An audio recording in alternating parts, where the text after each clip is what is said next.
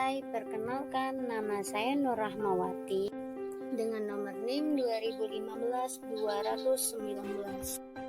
Video ini adalah tugas ujian UTS mata kuliah Teknik Keterampilan Konseling. Pada kesempatan ini saya akan membahas teknik-teknik keterampilan dalam bimbingan konseling individual. Adapun beberapa teknik keterampilan dalam konseling yang akan dibahas yaitu penstrukturan, pemberian informasi, dan menyimpulkan. Pembahasan pertama yaitu penstrukturan. Penstrukturan yaitu salah satu teknik yang digunakan konselor saat proses konseling untuk memberikan batasan-batasan yang ada guna kelancaran konseling dan berjalan sesuai dengan tujuan. Sebelum melakukan penstrukturan, kita harus mengetahui apa saja yang akan dibahas di dalam isi penstrukturan tersebut.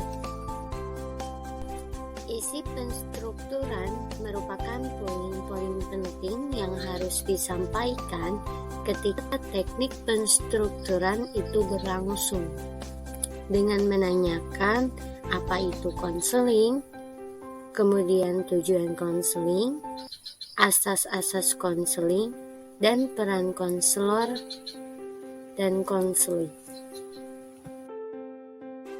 Bagian-bagian penstrukturan terbagi menjadi dua. Yang pertama, penstrukturan bagian, di mana seorang konselor menjelaskan semua isi dari penstrukturan. Hal ini digunakan untuk konseli yang belum mengikuti proses konseling. Kemudian yang kedua, penstrukturan sebagian. Seorang konselor hanya menjelaskan sebagian isi dari penstrukturan atau secara singkat saja. Hal ini digunakan untuk yang sudah mengikuti proses konseling. Selanjutnya, teknik menyimpulkan. Menyimpulkan merupakan salah satu teknik keterampilan konseling yang dilakukan seorang konselor untuk menyimpulkan atau summary. Merupakan suatu proses yang menggabungkan antara suatu hal dengan hal yang telah disampaikan oleh klien atau konselor tersebut pada saat konseling itu berlangsung. Macam-macam simpulan atau summary. Yang pertama, ada simpulan bagian. Contohnya, sementara ini bla bla bla, atau sejauh ini bla bla bla. Kemudian ada simpulan akhir.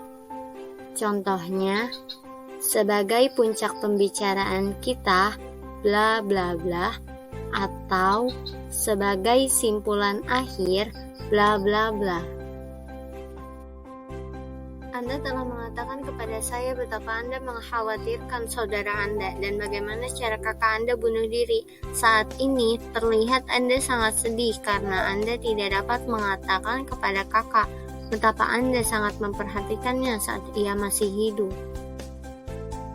Dan saat ini Anda tidak dapat mengatakan kepada kedua saudara Anda bahwa Anda sangat memperhatikan mereka.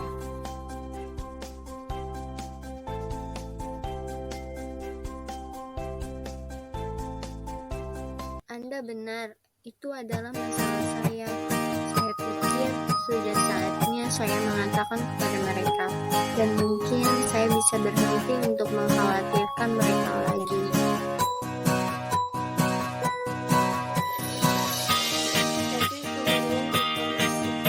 Informasi merupakan suatu bentuk penjelasan yang disampaikan secara lisan ataupun tulisan dalam proses konseling. Tahap pemberian informasi. Yang pertama, tahap perencanaan, kedua, tahap pelaksanaan, dan terakhir, tahap evaluasi. Tahap pertama, perencanaan, merupakan tahap awal dari pemberian informasi Pada tahap ini, seorang konselor mempersiapkan informasi yang akan disampaikan serta tujuan daripada informasi tersebut, dan tidak lupa menyiapkan contoh-contoh yang sesuai dengan informasi yang akan disampaikan. Tahap kedua, pelaksanaan, merupakan tahap kedua pada teknik pemberian informasi setelah tahap awal selesai. Pada tahap ini, seorang konselor harus membuat pelaksanaan semenarik mungkin dan disertai materi yang dibahas secara jelas dan tuntas. Juga senada dengan tujuan awal pengadaan konseling. Tidak hanya itu, pada tahap ini pula pemberian informasi harus dideskripsikan dengan jelas agar dapat menarik perhatian dari seorang klien. Tahap ketiga, evaluasi, merupakan tahap terakhir pada teknik pemberian informasi. Pada tahap evaluasi ini, pemberian informasi dilaksanakan supaya diketahui dan dapat dipastikan bahwa informasi telah sampai kepada klien. Tahap ini dapat dilakukan dalam bentuk mempertanyakan klien baik secara lisan ataupun tulisan.